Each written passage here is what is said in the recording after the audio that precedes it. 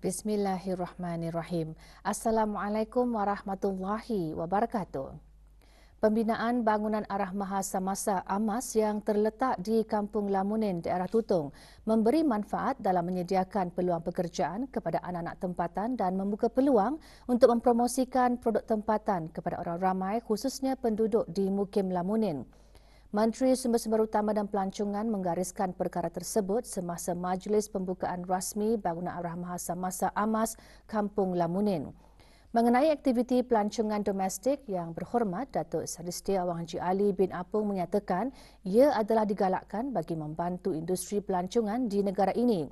Tambahnya lagi, usaha-usaha hendaklah dibuat bersama pihak berkepentingan untuk mengukuhkan lagi daya tarikan produk-produk dengan memberikan penekanan kepada ciri-ciri berasaskan keselamatan, keselesaan dan kebersihan. Yang Berhormat juga mengingatkan para pengusaha, peniaga pasaraya dan kedai runcit untuk tidak melakukan kegiatan yang tidak beretika sehingga boleh membebankan dan menyusahkan orang ramai. Jika perkara seumpamanya berlaku, orang ramai dinasihatkan untuk melaporkannya kepada agensi-agensi berkenaan bagi membuat pemantauan harga dan seterusnya mengambil tindakan selaras dengan akta dan peraturan. Bangunan-bangunan arah Mahasamasa AMAS Kampung Lamunin mula dibina pada bulan Mac 2018 dan telah siap sepenuhnya pada bulan Oktober tahun lalu. Bangunan dibina di atas tapak tanah seluas 1.12 ekar yang merupakan anak bukit kecil di kilometer 1 Jalan Lamunin. Reka bentuk bangunan adalah berkonsepkan kontemporari yang mana ianya merangkumi 12 unit ruang kedai, 16 buah apartmen, ruang pejabat dan dewan serbaguna serta kemudahan-kemudahan awam yang lain.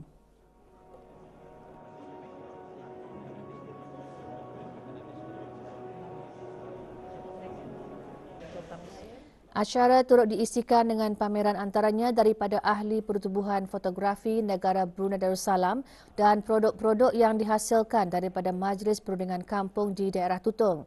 Pameran dan jualan dibukakan sehingga esok bermula 9 pagi hingga 9 malam. Juga hadir ahli-ahli Majlis Mesyuarat Negara. 50 kanak-kanak yang berdaftar di Jabatan Pembangunan Masyarakat JAPIM menerima sumbangan bantuan pendidikan kemarin. Majlis penyampaian sumbangan yang dikendalikan oleh Jabatan Pembangunan Masyarakat JAPIM dengan kerjasama syarikat Total ENP Borneo BV itu berlangsung di Pusat Bahagia Kampung Pulai. Penyampaiannya disempurnakan oleh Yang Berhormat Major Jeneral Bersara Datuk Paduka Seri Haji Aminuddin Ehsan BNP Orang Kaya Saiful Muluk, Datuk Seri Paduka Haji Abidin, Menteri Kebudayaan Belia dan Sukan. Sumbangan berbentuk baucer berjumlah RM100 bagi barang keperluan merupakan sebahagian daripada komitmen syarikat Total dalam menyumbang kepada komuniti khususnya kanak-kanak yang memerlukan di samping memberikan kegembiraan kepada para penerima.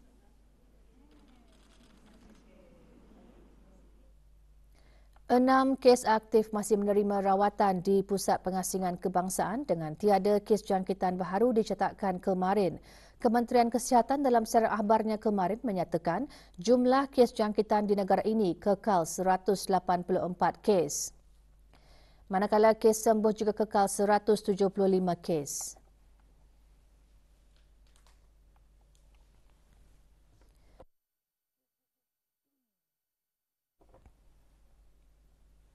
Kes terakhir jangkitan tempatan COVID-19 dilaporkan pada 6 Mei lalu, manakala jumlah kes import sejak kes jangkitan terakhir tempatan dilaporkan sebanyak 43 kes. 542 orang sedang menjalani pengasingan diri mandatori, manakala 12,788 orang menamatkan pengasingan diri mandatori sejak Mac 2020. Sementara itu, 299 sampel ujian virus SARS-CoV-2 telah dilaksanakan setakat ini menjadikan jumlah keseluruhan ujian makmal yang dijalankan sejak Januari 2020, 95,253 ujian. Maklumat lanjut dan perkembangan terkini layari laman sesawang Kementerian Kesihatan dan talian Kesihatan 148. Sifat manusia itu tidak pernah sunyi dan terlepas daripada membuat dosa, kesalahan dan kesilapan, sama ada dilakukan dengan sengaja ataupun tidak. Sesungguhnya ampunan dan rahmat Allah Subhanahu Wa Taala itu amat luas dan Allah Subhanahu Wa Taala sentiasa membuka pintu taubat bagi orang-orang yang mahu bertaubat. Oleh itu, orang yang telah sedar dan insaf akan segala kesalahan dan kesilapan yang telah dilakukan, maka hendaklah menyegerakan taubat tanpa bertangguh-tangguh kerana Allah Subhanahu Wa Taala akan sentiasa menerima taubat hamba-hambanya selagi nyawa seseorang itu masih belum sampai di kerongkongnya. Perkara tersebut antara intipati khutbah Jumaat kemarin bertajuk Luasnya Rahmat dan Ampunan Allah Subhanahu Wa Taala.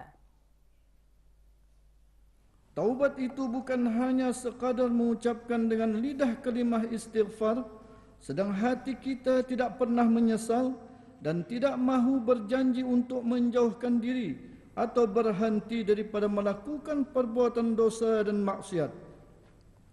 Para ulama telah menjelaskan bahawa terdapat beberapa syarat taubat yang mesti dipenuhi. Oleh yang demikian, sekiranya dosa yang terjadi itu berhubung dengan Allah Subhanahu Wa Taala, maka syarat bertaubatnya ada 3, yaitu yang pertama, meninggalkan perbuatan dosa dan maksiat itu dengan segera. Yang kedua, menyesali segala dosa yang telah dilakukan. Ketiga, bertekad dan berazam untuk tidak akan kembali melakukan perbuatan dosa dan maksiat itu.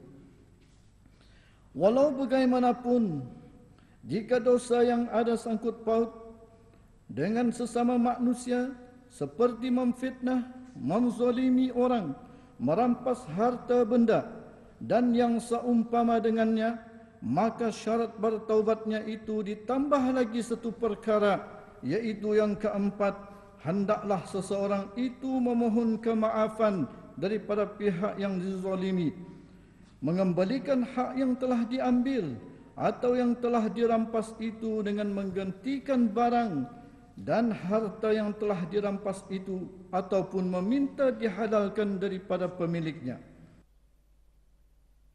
Anak-anak mempunyai peranan penting dalam masyarakat dan ibu bapa juga berperanan dalam mendidik anak-anak. Setiap anak dilahirkan ke dunia ini dengan fitrahnya atau semula jadinya.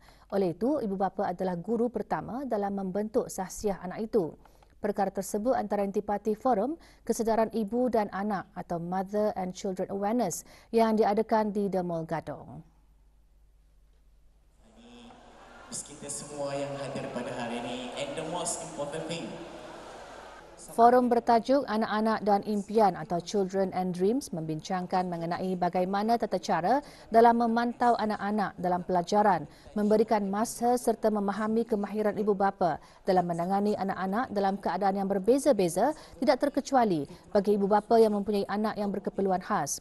Ahli panel forum terdiri daripada Dr. Muhammad Helmi Baihaqi bin Haji Awang Yusof, pensyarah Fakulti Pengurusan dan Pembangunan Universiti Islam Sultan Sharif Ali Yunisa, Muhammad Karol Nazif bin Haji Awang Damit, penolong pensyarah Fakulti Usuluddin Universiti Islam Sultan Sharif Ali Yunisa, Awang Haji Karol Muaz bin Haji Sibo Daud, Dai Bertauliah Majlis Ugama Islam Brunei, MUIB.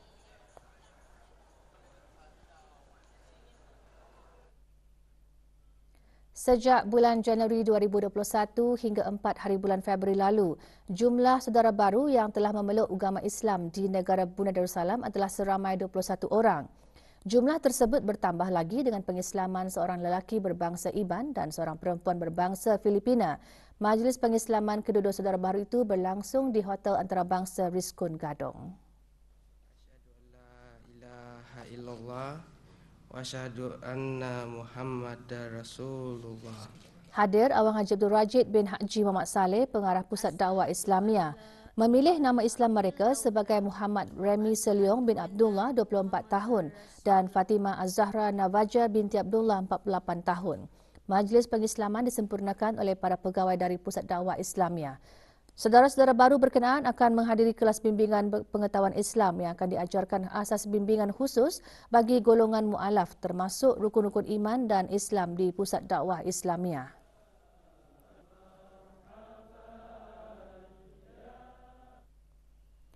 bagi membantu pengusaha tempatan mikro dan kecil termasuk peserta program rakan seliaan di bawah projek Sinar Harapan, Pusat Reintegrasi Brunei, Riza Group dan Airport Mall bersama pusat berkenaan mengadakan jualan program keusahawanan Street Food Fest. Perasmian bagi jualan program 3 hari itu berlangsung di Airport Mall Berakas.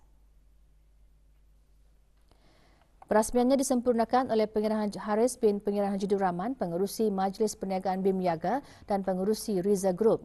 Program antara lain bertujuan untuk menggalakkan para belia serta peserta projek Sinar Harapan menceburi bidang keusahawanan dengan lebih aktif dan sekaligus meningkatkan lagi aktiviti sosioekonomi dalam negara.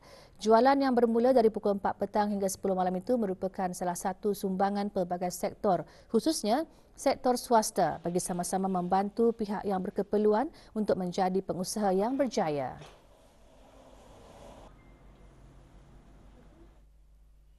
Sejumlah 750 kartun rokok pelbagai jenama ditemui di dalam sebuah kenderaan pacuan 4 roda yang berjaya ditahan oleh peronda Polis Balai Polis Bangar daerah Temburong. Menurut syarah akhbar Pasukan Polis Diraja Brunei PPDB, sebelum penahanan kenderaan tersebut, aksi kejar-mengejar berlaku sehingga mengakibatkan kenderaan suspek terbabas di kawasan persimpangan Jalan Kampung Puni, Jalan Ujung Jalan daerah Temburong. Suspek iaitu pemandu dan penumpang kereta melarikan diri ke kawasan hutan berdekatan dan gagal dikesan. Barang rampasan yang ditemui akan diserahkan ke Jabatan Kastom dan Eksas Diraja bagi tindakan lanjut. Berikutan maklumat tular mengenai kerosakan jalan di kawasan Bukit Panggal, Lebuh Raya Muara Tutung, Hala Muara yang tersebar melalui aplikasi media sosial Jabatan Kerja Raya JKR, Kementerian Pembangunan dalam syarah akhbarnya memaklumkan orang ramai terutama pengguna-pengguna Lebuh Raya tersebut bahawa kerja-kerja pembaikan serta merta sedang giat dijalankan setelah membuat penilaian ke atas kerosakan struktur jalan tersebut bagi memastikan keselamatan para pengguna Lebuh Raya tersebut. JKR juga ingin mengingatkan kepada para pengguna jalan raya untuk sentiasa berhati-hati ketika melalui lebuh raya tersebut dan mematuhi tanda-tanda lalu lintas dan mematuhi had laju bagi mengelakkan perkara yang tidak diingini. Sebarang aduan hubungi JKR melalui talian Darussalam 123, live chat 83333123, Facebook Jabatan Kerja Raya Brunei Darussalam dan email ke pro@pwd.gov.bn.